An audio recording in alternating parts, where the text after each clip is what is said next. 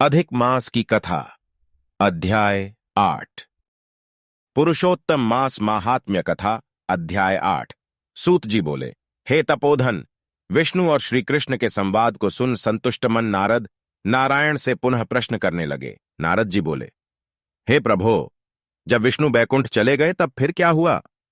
कहिए। आदि पुरुष कृष्ण और हरिसुत का जो संवाद है वह सब प्राणियों को कल्याणकर है। इस प्रकार प्रश्न सुन फिर भगवान बद्रीनारायण जगत को आनंद देने वाला बृहत आख्यान कहने लगे। श्री नारायण बोले, तदनंतर विष्णु बड्ढे प्रसन्न होकर बैकुंठ गए और वहां जाकर हे नारद, अधिमास को अपने पास ही बसा लिया। अधिमास बैकुंठ में वास पाकर अत्यंत प्रसन्न हुआ और 12 मासों का राजा होकर विष्णु के साथ रहने लगा। 12 मासों में मलमास को श्रेष्ठ बनाकर विष्णु मन से संतुष्ट हुए। हे मुने, अनंतर भक्तों के ऊपर कृपा करने वाले भगवान युधिष्ठिर और द्रौपदी की ओर देखते हुए कृपा करके अर्जुन से यह बोले। श्री कृष्ण बोले, हे राज शार्दूल, हमको मालूम होता है कि तपोवन में आकर आप लोगों ने दुखित होने के कारण पुरुषोत्तम मास का आदर नहीं किया। वृंदावन की शोभा के नाथ भगवान का प्रियपात्र पुरुषोत्तम मास आप वनवासियों का प्रमाद से व्यतीत हो गया। भीष्म, द्रोणाचार्य, कर्ण के भय से संत्रस्त मन आप सब लोगों ने भय और द्वेष से मुक्त होने के कारण प्राप्त पुरुषोत्तम मास का ध्यान नहीं किया। कृष्ण द्वैपायन व्यासदेव से प्राप्त विद्या के आराधन में तत्पर रणवीर अर्जुन के इंद्रकील पर्वत पर चले जाने पर उसके वियोग से दुखित आप लोगों ने पुरुषोत्तम मास को नहीं जाना। अब यदि आप यह पूछें कि हम क्या करें, तो मैं यही कहूंगा कि भाग्य का अवलंबन करो। पुरुषों का जैसा अदृष्ट होता है वैसा ही सदा भांसता है। भाग्य से उत्पन्न जो फल है वह अवश्य ही भोगना पड़ेता है। सुख, दुख, भय, कुशलता इत्यादि भाग्यानुसार ही मनुष्यों को प्राप्त होते हैं। अतः अदृष्ट पर विश्वास रखने वाले आप लोगों को अदृष्ट पर निर्भर रहना चाहिए। अब इसके बाद आप लोगों के दुख का दूसरा कारण और बड़डहा आश्चर्यजनक इतिहास के सहित कहते हैं। हे महाराज, हमारे मुख से कहा हुआ सुनो। श्री कृष्ण बोले, यह भाग्यशालिनी द्रौपदी पूर्व जन्म में बड़ढ़ी सुंदरी मेधावी ऋषि के घर में उत्पन्न हुई थी। समय व्यतीत होने पर जब 10 वर्ष की हुई तब क्रम से रूप और लावण्य से युक्त अति सुंदरी और आकर्णांत नेत्र से शोभायमान हुई। चातुर्य गुण से युक्त यह अपने पिता की एकमात्र इकलौती कन्या थी। अतः चतुरा, गुणवती, सुंदरी यह पिता की बड्ढीला दिलती मेधावी ने सदा लड़के की तरह इसे माना, कभी भी अनादर नहीं किया। यह भी साहित्य शास्त्र में पंडिता और नीतिशास्त्र में भी प्रवीणा थी। इसकी माता इसकी छोटी अवस्था में ही मर गई थी। पिता ने ही प्रसन्नतापूर्वक पाला पोसा था। पास में रहने वाली अपनी सखी के पुत्र पौत्रादि सुख को देख इसको भी स्पृहा हुई और तब यह सोचने लगी कि हमें भी यह सुख कैसे प्राप्त होगा। गुण और भाग्य का निधि, सुख देने वाला पति और सत्पुत्र कैसे होंगे। इस प्रकार मनोरथ विचारती हुई सोचने लगी कि पहले मेरा विवाह उपस्थित था, परंतु भाग्य ने बिगाड़ ढाट दिया। अब क्या करने से अथवा क्या जानने से एवं किस देवता की उपासना करने से या किस मुनि के शरण जाने से अथवा किस तीर्थ का आश्रय करने से मेरी मनः कामना पूर्ण होगी। मेरा भाग्य कैसा सो गया कि कोई भी पति मुझको वरण नहीं करता है। पंडित भी मेरा पिता मेरे ही दुर्भाग्य से मूर्ख हो गया है। बड्ढा आश्चर्य है, विवाह का समय उपस्थित होने पर भी मेरे समान वर को पिता ने नहीं दिया। मैं अपनी सहेलियों के बीच में प्रमुख हूं, परंतु कुमारी होने के कारण पति दुहक से पीड़ित हूं। जैसे मेरी सखियां पति सुख को भोगने वाली हैं, वैसे मैं नहीं हूं। मेरी भाग्यवती माता क्यों पहले मर गई? इस प्रकार चिंता से व्याकुल कन्या मनोरथ रूप समुद्र के मोहरूप जल में निमग्न हो शोक मोहरूप लहरों से पीड़ित हो गई।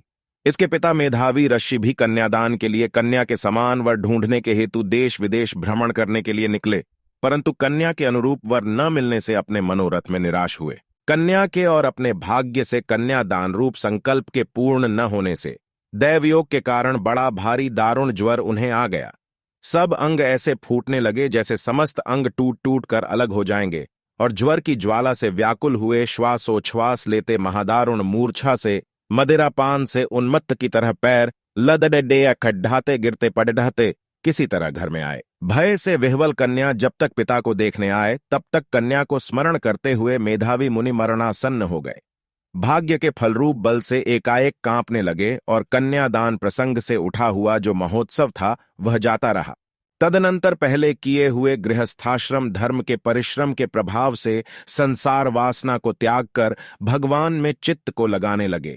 उस मुमूर्षु मेधावी ऋषि ने शीघ्र ही नील कमल के समान श्याम त्रिवली से सुंदर आकृति वाले श्री पुरुषोत्तम हरि का स्मरण किया। हे रास के स्वामी, हे राधा रमण, हे प्रचंड भुजदंड से दूर से ही देवताओं के शत्रु दैत्य को मारने वाले, हे अति उग्र दावानल को पान कर जाने वाले, हे कुमारी गोपिकाओं के उतारे हुए वस्त्रों को हरण करने वाले, हे श्री कृष्ण, हे गोविंद, हे हरे, हे मुरारे, हे राधेश, हे दामोदर, हे दीनानाथ, मुझ संसार में निमग्न की रक्षा कीजिए। इंद्रियों के ईश्वर आपको प्रणाम है। इस प्रकार मेधावी के वचनों को दूर से ही सुनकर श्री भगवान के दूत छटपट मुकुंद लोक से आए और उस मरे हुए मुनि को हाथ से पकड़कर ईश्वर के चरण कमलों में ले गए। इस प्रकार अपने पिता के प्राणों को निकलता देख वह कन्या हाहाकार करके रोने लगी और पिता के शरीर को अपनी गोद में रखकर अति दुख से विलाप करने लगी। चील्ह पक्षी की तरह बहुत देर तक विलाप करके अत्यंत दुख से विह्वल हुई और पिता को जीवित की तरह समझकर बोली। बाला बोली, हाय हाय हे पिता, हे कृपा सिंधो, हे अपनी कन्या को सुख देने वाले, मुझे आज किसके पास छोड़कर आप बैकुंठ सिधारे हैं। हे तात, पितृहीन मेरी कौन रक्षा करेगा। आज मेरे भाई बंधु माता आदि कोई भी नहीं है। हे तात, मेरे भोजन वस्त्र की चिंता कौन करेगा, कैसे मैं रहूंगी इस शून्य वेद ध्वनि रहित निर्जन वन की तरह आपके घर में। हे मुनिश्रेष्ठ, अब मैं मर जाऊंगी, ऐसे जीने में क्या रखा है। हे कन्या में प्रेम रखने वाले पिता, हे तात, विवाह विधि बिना किए ही आप कहां चले गए। हे तपोनिधे, अब यहां आइए और अमृत के समान मधुर भाषण कीजिए। क्यों आप चुप हो गए। हे तात, बहुत देर से आप सोए हुए हैं, अब जागिए। ऐसा कहकर आंसू बहाती हुई घड़ी घड़ी कन्या विलाप करने लगी और पिता के मरने से दुखित हुई आर्ता चील्ह पक्षी की तरह मुक्त कंठ से रोने लगी। उस लड्डड्यकी का रोदन सुन उस वन में रहने वाले ब्राह्मण आपस में कहने लगे कि इस तपोवन में अत्यंत करुण शब्द से कौन रो रहा है। ऐसा कहकर सब तपस्वी चुप होकर यह मेधावी ऋषि की कन्या का शब्द है ऐसा निश्चय कर घबराए हुए हाहाकार करते मेधावी के घर में आए और वहां आकर सबने कन्या के गोद में मरे हुए मेधावी ऋषि को देखा और देखकर उस वन के रहने वाले सब मुनि भी रोने लगे। कन्या की गोद से शव को लेकर शिव मंदिर के पास श्मशान पर गए। वहां काष्ठ की चिता लगाकर विधि से अंत्येष्टि कर्म कर उसका दाह किए। दाह के अनंतर कन्या को समझाकर सब ऋषि अपने अपने आश्रम गए। इधर कन्या भी धैर्य धारण कर यथाशक्ति क्रिया के लिए द्रव्य खर्च किया।